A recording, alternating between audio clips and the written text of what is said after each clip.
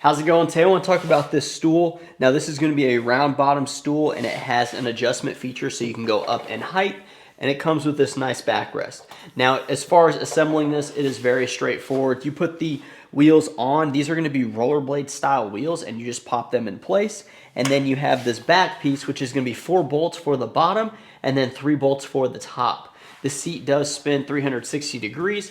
I like it because it's the perfect kind of shop chair. Maybe you're working on automotives or maybe you just want to roll around your area. This is perfect for that. It glides very smooth. It has that nice back support and it's not a giant chair. But it is better than just like a round seated chair because you do have the benefit of that backrest where you can kind of like, rest your back as you're working. If you're doing things for long hours and you just want to get on a smaller plane and still be able to glide wherever, if you want to store this away, you can easily do that. It has a nice cushioned bottom to it.